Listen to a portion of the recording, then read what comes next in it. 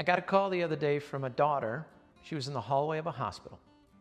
She said that her father had fallen and that the discharge was planned for the following morning. She had no idea what to do, and she said, "We don't have a plan. What are the next steps?"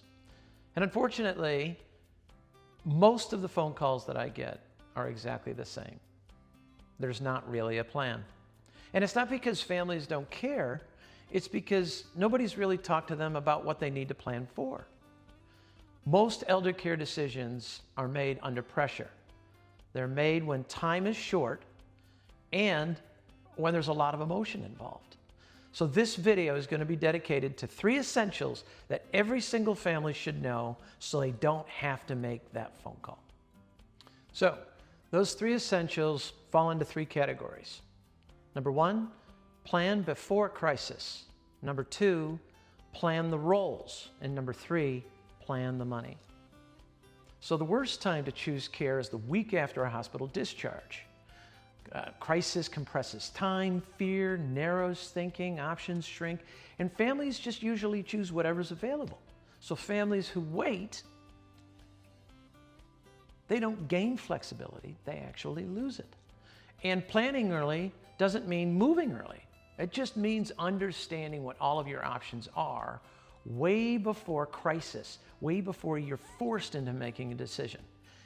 And even when families do plan before crisis, very often they ignore the second essential, and that is plan the roles. So most families say, "We'll figure it out. We'll get there when we'll get there." But most of the time, they don't define who the we actually is. Who's going to handle the finances? Who's going to be the support person? Who's going to run mom to the doctor's office? Who's going to go over to dad's house in order to cook them breakfast and lunch? If dad needs to move into somebody's house, whose house is he going to move into? Who's going to handle the communications? What do we do if there's any kind of a disagreement about elder care?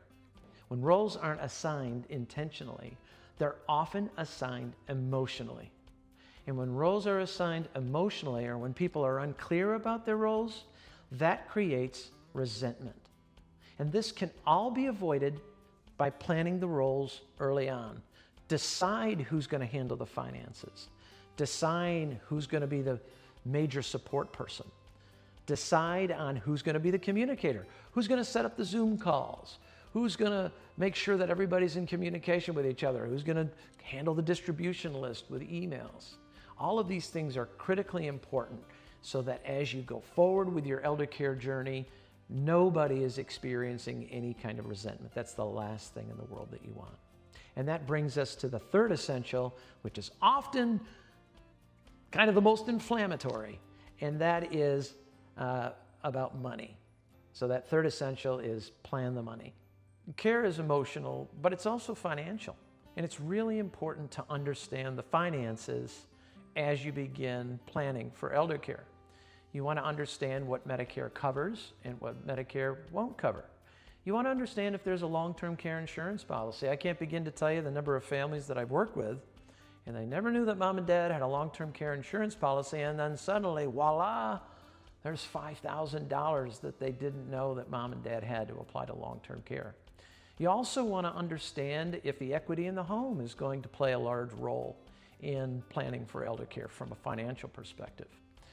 You also need to understand if Medicaid may need to be considered as a way to finance long-term care.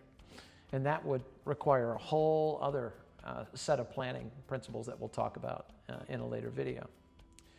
And then lastly, you want to make sure that you plan for all of these things well in advance, especially if care is going to last for many, many years. That's something that you want to plan for.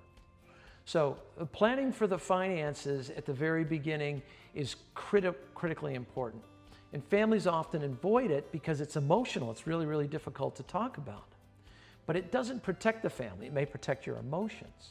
But at the end of the day, it provides the visibility that you need so that you're not making those financial decisions a week after a hospital discharge.